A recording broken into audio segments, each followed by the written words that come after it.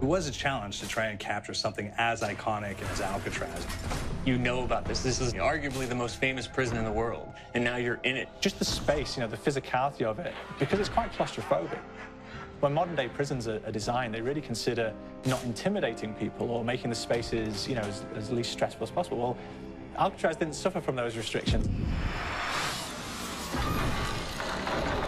They did the research, they went out, studied Alcatraz, not just from books or internet. They were actually there to feel the environment, so it really sets a mood that gets you a little spooked.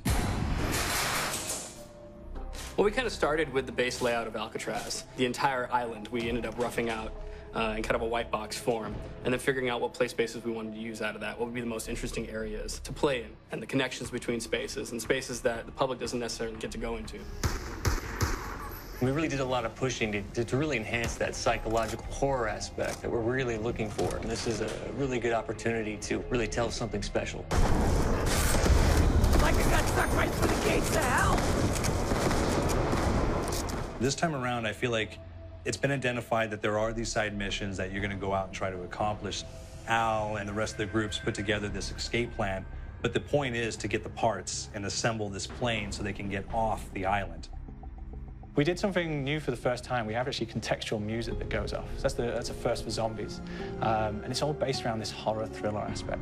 Every location will have a specific stinger that you hear when you find it, when you discover it, when you start unraveling the story. We start building on the music that you're hearing, and it's really enhancing that experience and going along with it in parallel.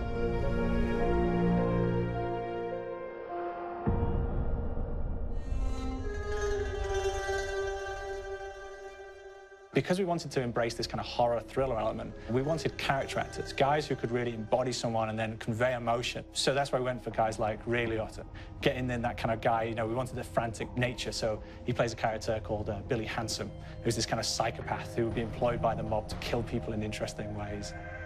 Chaz Palminteri, he plays a guy called Sal DeLuca, an old mob boss. Michael Madsen playing Finn O'Leary. He's kind of worked himself from the floor, from the streets. He's got his hands dirty in the blood and the guts a couple of times. And then we had Joe Pantoliano, and he plays Arthur Arlington, who's nicknamed the Weasel. Those guys, they bring a quality and a subtlety and timing that you can't really identify or try to recreate. Bring it on! Dirtbags! You start off in the afterlife mode, and that's just going to be what's going on. You're going to try to solve the mystery from the second you start. Afterlife, to me, brings a new element, like a new puzzle element. It forces me to think a little bit more or look for the clues or kind of think of zombies on a slightly deeper level. You see clues throughout the map that tell you, ooh, perhaps if I'm in the afterlife, I can interact with this object, or there's some puzzle going on here that I need to be in the afterlife. Back east, I whacked a dirty dentist with one of these. Took forever, too. Alcatraz has a Civil War kind of fort background before it turned into a penitentiary. And so we had this kind of backstory, the idea that the warden would have collected Civil War weaponry. One of them is a blundergat. It's a fictional weapon, but the idea of the combination between a blunderbuss and a Gatling gun. And possibly, there might be a way of upgrading it to a more fantastical weapon that the players may find. You all gotta go sometime? You just went now. There's one main zombie, one big zombie that's going to come through and wreak havoc on your life. He'll lock down the perk machine, he'll close down the box, so you have to pay to get that open again. So you don't want him to interfere with your process. Now's a good time to pick a fight. Why you hurt me?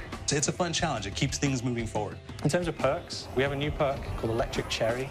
When you reload, it gives a shock around, which scales over time. Who's asking for it, greaseball? There is so much to experience in this map. Every time I play it, there's a new tactic to take, a new experience, a new objective to go for. But there's also this layer of things that we aren't exactly exposing to the players right off the bat and will need to be discovered. Don't let me go.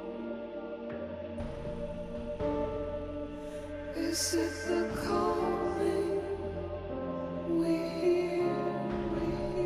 We've got the undead in there, we've got these historical elements, and these fantastic actors all seem to be with peace with each other in this kind of same world. So it's magical, and our team is incredibly excited by it.